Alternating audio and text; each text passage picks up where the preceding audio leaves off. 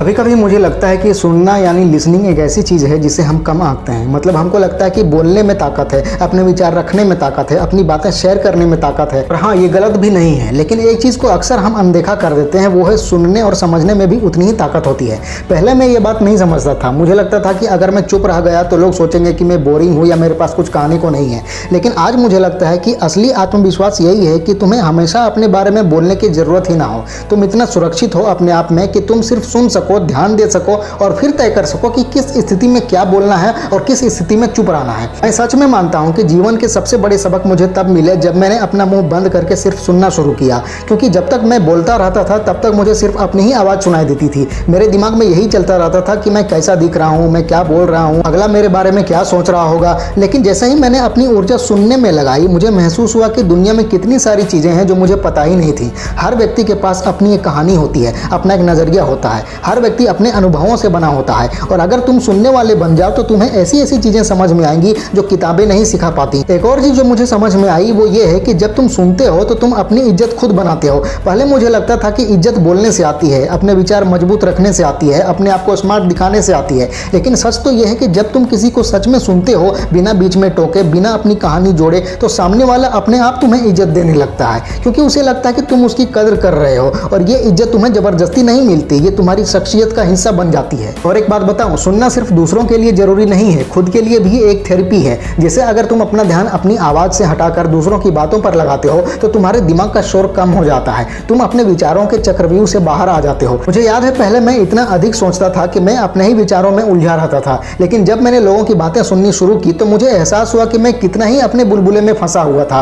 जब तुम सुनते हो तुम्हारी सोच बड़ी होती है, तुम्हें लगता है कि दुनिया तुम्हारे दिमाग से कहीं ज्यादा बड़ी है और ये चीज बहुत राहत देने वाली होती है। आज मुझे लगता है कि जो व्यक्ति सुनना जानता है ना, वो जीवन में हर जगह सफल होगा, चाहे रिश्ते हो, करियर हो या नेतृत्व करना हो, क्योंकि सुनने वाले लोग अपना समझकर भरोसा करते हैं। तुम्हें याद होगा स्कूल या कॉलेज में हमेशा एक दो दोस्त ऐसे होते थे जो बस चुपचाप सुनते रहते थे और लोग अपने दिल की बात उनके सामने खोल देते थे, क्योंकि उन्हें लगता था कि ये व्यक्ति मेरी बात को जज नहीं करेगा बल्कि ये मुझे समझेगा, और वही लोग सबसे ज्यादा भरोसेमंद लगते थे। आज मुझे लगता है कि यही अच्छी बॉन्डिंग का रहस्य है। तुम्हें बोलने की जरूरत नहीं, तुम्हें सुनने की जरूरत है। मैं ये भी समझता हूँ कि सुनना मतलब सिर्फ कान खोलकर बैठना नहीं होता। सुनना एक सक्रिय प्रक्रिया है। मतलब जब तुम सुन रहे होते हो तो अपनी पूरी उपस्थिति देते हो। तुम्हारे दिमाग में ये नहीं चलता कि मैं अब क्या जवाब दूं या अगला क्या सोच रहा होगा। तुम बस अपने पूरे इंद्रियों के साथ ऑब्जर्व कर रहे होते हो, उस व्यक्ति की आवाज, उसकी बॉडी लैंग्वेज, उसके शब्दों के पीछे का अर्थ। और जब तुम ऐसे सुनते हो तो तुम्हें वो चीज समझ में आती है जो शायद वो व्यक्ति खुद भी अपने शब्दों में व्यक्त नहीं कर पाता। एक और चीज मुझे लगता है कि जो लोग सुनना जानते हैं उनके अंदर धैर्य अपने आप ही आ जाता है। पहले मैं बहुत अधीर रहता था, मुझे लगता था कि सब कुछ अभी उसी वक्त होना चाहिए,